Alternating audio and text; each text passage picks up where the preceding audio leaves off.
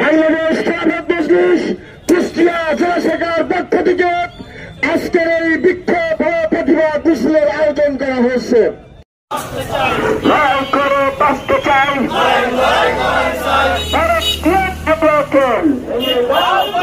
বাংলাদেশের ইতিহাস গোলামের ইতিহাস নয়, বাংলাদেশের জনগণ স্বাধীনতাকামী জনগণ।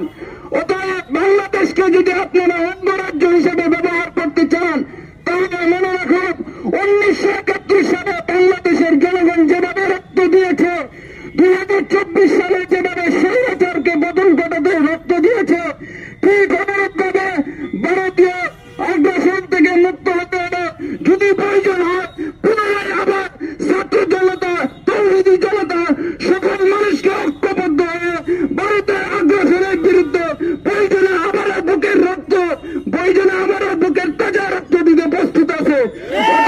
আমরা স্পষ্ট ভাষায় বলতে চাই যে এই হামলা শুধু বাংলাদেশ হাই কমিশনের হামলা নয়, এটা সুপরিকল্পিত একটি হামলা ছিল এবং এই হামলার জন্য আমরা স্পষ্ট ভাষায় বলতে চাই যে এই হাই কমিশনের হামলা এটা বাংলাদেশের সঙ্গে অঘোষিত যুদ্ধের ঘোষণা করেছে তারা। ইসকন সদস্যদেরকে আমরা চিহ্নিত করে তাদেরকে প্রয়োজনে আফগান তালেবান সরকারের মতো আমরা নাস্তা না করে, কার বন্ধ না করে আমরা তাদেরকে ছাড় দিব না, দিব না, দিব না। এর জবাব কিভাবে দিতে হয় বাংলাদেশে ভারতীয় দূতাবাসে গিয়ে তা দেওয়ার ব্যবস্থা করবে ইনশাআল্লাহ। যদি পদক্ষেপ না নেওয়া হয় আপনাদের ব্যাপারে আমরা পদক্ষেপ নিব। বাংলার জমিনকে আমরা আপনাদের হাতে দায়িত্ব দিয়েছি, মানে এই না যে আপনাদের কাছে বিক্রি করে দিয়েছি। যদি আপনারাও ভারতের সাথে আঘাত করার চেষ্টা করেন তাহলে আপনাদেরকেও আমরা প্রতিহত করব। বাংলাদেশের ব্যাপারে আমরা কোন প্রকার ছাড় দিব না। বাংলাদেশের ইঞ্চি ইঞ্চি মাটি রক্ত দিয়ে কেনা, আমাদের এই মাটিকে কখনোই হিন্দুত্ববাদ ওই কসাই মোদির হাতে তুলে দিতে আমরা পারবো না। অবশেষে আমরা এই কথা বলবো, বাংলাদেশ খেলাফত মজলিস সবসময় দেশের পক্ষে রাজপথে আছে, আগামীতেও থাকবে। দেশের স্বাধীনতা সার্বভৌমত্বের পথে সবসময় বাংলাদেশ খেলাফত মজলিস আছে, আগামীতেও থাকবে ইনশাআল্লাহ। হিন্দু উগ্রবাদী সংগঠন যার নাম হলো ইসকন, সেই ইসকনের মাধ্যমে আমাদের দেশের এক আইনজীবীকে তারা হত্যা করেছে, কথা ঠিক কিনা? আমরা বর্তমান এই হিন্দু উগ্রবাদী সংগঠন ইসকনকে অনতিবিলম্বে এটাকে নিষিদ্ধ ঘোষণা করতে হবে।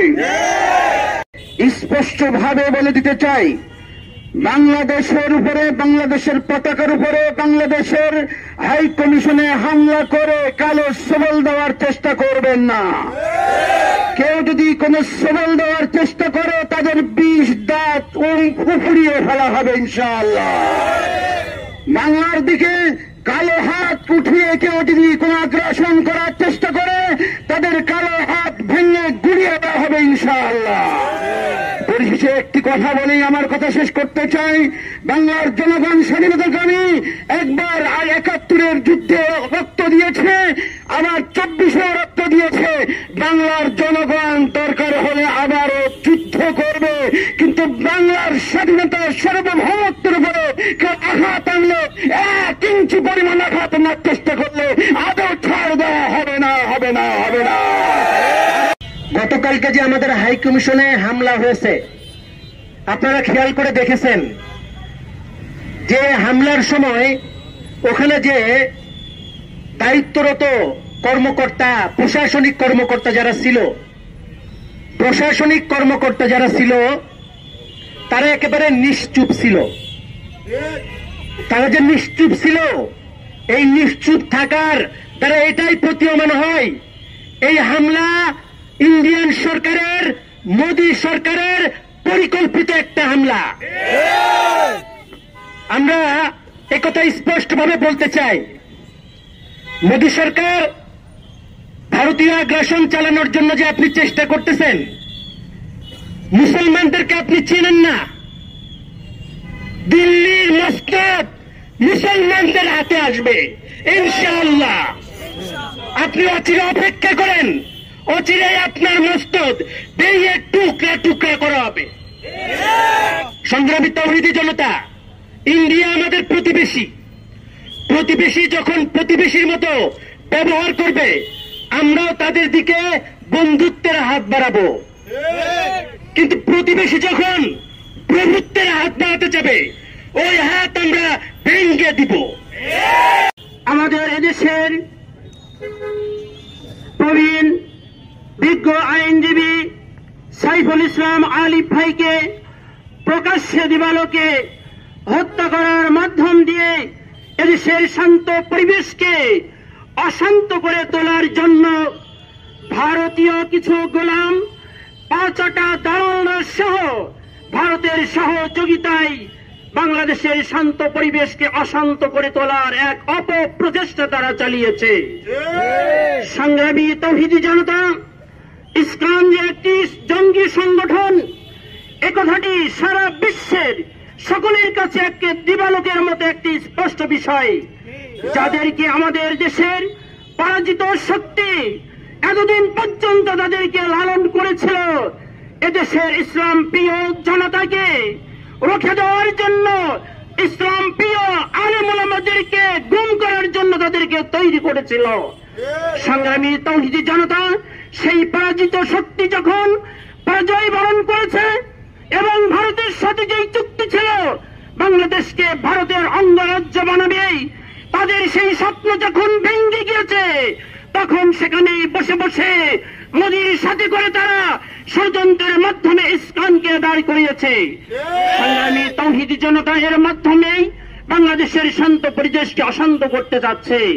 আপনারা জানেন ইতিমধ্যেই তারা ইসলামের মাধ্যমে খুলনায় 16 তারিখে তারা মহাসমাবেশের ডাক দিয়েছে। বাংলাদেশ খেলাফত মজলিসের আজকের এই বিক্ষোভ পরবর্তী এই মিছিল থেকে আমরা ঘোষণা দিচ্ছি, ইসলামের ওই মহাসমাবেশ যদি বন্ধ করার ব্যবস্থা না করা হয়, তাওহীদি জনতা রাজপথ সহ সারা বাংলাদেশকে অচল করে দেবে ইনশাআল্লাহ। আমরা দাবি রাখবো আমাদের প্রধান উপদেষ্টার কাছে যে আপনি ভারতের কাছে এর জবাব চাইতে হবে এবং ভারতকে আন্তর্জাতিক আদালতে ভিয়েনা সনদকে লঙ্ঘন করার কারণে তাদের বিচার করতে হবে। সংগ্রামী তাওহীদি জনতা, আপনারা লক্ষ্য করেছেন পরাজিত শক্তির সাথে এদেশের কিছু গোলামেরা লেগেছে। সুতরাং আমাদেরকে সতর্ক থাকতে হবে। দেশ 5 আগস্ট স্বাধীন হয়েছে, কিন্তু স্বাধীনতা এখনো হুমকির সম্মুখীন। সুতরাং সতর্ক থাকতে হবে। সাথে সাথে আমি বিএনপির ভাইদেরকে বলতে চাই, কিছু ভাই অতি উৎসাহিত ভাইয়েরা আছেন যারা জাতির এই ক্রান্তি লগ্নে দেশে এবং জাতির জন্য কাজ না করে আপনারা আখের গোছানোর চেষ্টা করছেন। আপনারাও সাবধান হয়ে যান, ভালো হওয়ার সময় আছে। জাতির এই ক্রান্তি লগ্নে দেশ ও জাতির সাথে বেইমানি করে কোনো কিছু করার চেষ্টা করবেন না। আপনারাও সঠিকভাবে সঠিক পথ ধরে চলার জন্য চেষ্টা করুন। আপনাদেরকে অনুরোধ করতেছি, সঠিক পথে আসুন। আমরা সবাই মিলে এই দেশকে সুন্দর করে গড়ার কি করে চেষ্টা করি, আর যেন পরবর্তীতে কোনো পরাজিত শক্তি যেন আবার ঘাড়ে চেপে না বসতে পারে। সংগ্রামী তাওহীদি জনতা, সর্বশেষ বাংলাদেশ খেলাফত মজলিস কুষ্টিয়া জেলা শাখার পক্ষ থেকে যে সমস্ত ভাইরা আজকের এই মিছিলে আপনারা অংশগ্রহণ করেছেন, আপনাদেরকে স্বাগত জানাই। সাংবাদিক ভাইয়েরা যারা এখানে এসেছেন, আপনাদেরকেও স্বাগত জানাই। আপনারা দেশের এই জাতির এই ক্রান্তি লগ্নে বস্তুনিষ্ঠ সংবাদগুলো আপনারা পরিবেশন করুন। আপনারা দেখছেন দৈনিক কর্ণকণ্ঠ, সবার কথা বলে।